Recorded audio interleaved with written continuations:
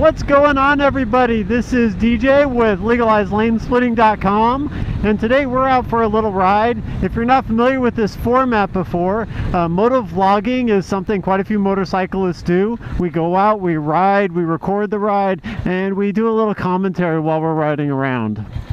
So this is our introductory video to give you a little bit of information about what LegalizeLaneSplitting.com is. If you're not familiar with the term lane splitting, it is the practice of motorcycles to be able to access in situations if both lanes are going in one direction, they're able to access the middle lane. A lot of times this is done in heavy traffic at pretty managed pace, maybe 5 or 10 or 15 miles an hour faster than the surrounding traffic. So out here in California, we are allowed to lane split, and we're the only state that's allowed to lane split. Every other state in the United States, it's strictly prohibited. And that's what we want to change. We want to get more lane splitting laws or allowances for people to lane split on the books. So whether or not you're a motorcyclist or a car driver, there's a lot of information that you can read about on LegalizeLaneSplitting.com. Go take a look and you can kind of see some of our arguments. But I'm going to give you just a few short ones here. So the most compelling argument is that lane splitting does reduce traffic congestion. There was a Belgium study done, and they figured out that if 10% of drivers took up motorcycle riding as their commute vehicle, the traffic would be reduced by 40%. And if 25% did it, there'd be no traffic at all. Now, I'm not saying those are the numbers we're going to see here. You know, your individual results may vary, but it could be close. Lane splitting could be one of the solutions that we employ to help reduce congestion without building new highways, without spending taxpayer money, without expanding lanes and doing all this other stuff.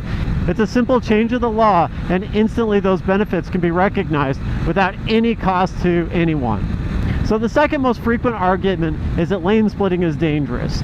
And yeah, to somebody who doesn't ride or doesn't lane split on a regular basis, it can look pretty crazy. You're riding up the center between cars, and to anybody who's not familiar with it, it can look like a pretty scary thing to be doing. In reality, especially on the highways, there's a lot of space between those cars. There's 5 or 6 feet between those cars. There's plenty of room for us to get through. And even if we slow down, we can squeeze through some pretty tight spots without any risk to injury to anybody, including the motorcyclist. On top of that, a large number of injury accidents to motorcyclists happen because they're rear-ended. So traffic is stopped, somebody's not paying attention, or maybe the car behind you is coming at you full speed because they know they're going to switch lanes, and they switch lanes and the car behind them all of a sudden is staring at a stopped motorcycle. That type of stuff happens, and a lot of times it results in death or injury. It's not a very good thing. So when motorcycles are able to ride on the dotted line, they're able to avoid situations like that. They can protect themselves from situations where drivers who are either distracted, maybe the sun's in their eyes, might otherwise rear-end the motorcycle. Now, if you still don't believe me about the safety thing, there's a Berkeley study that was recently done, and it indicated that motorcyclists who were lane splitting at the time of a wreck as compared to those who were sitting in traffic were 33% less likely to be injured. So that really tells us that even though you can still get in accidents while you're lane splitting, the seriousness of those accidents tends to be a lot less.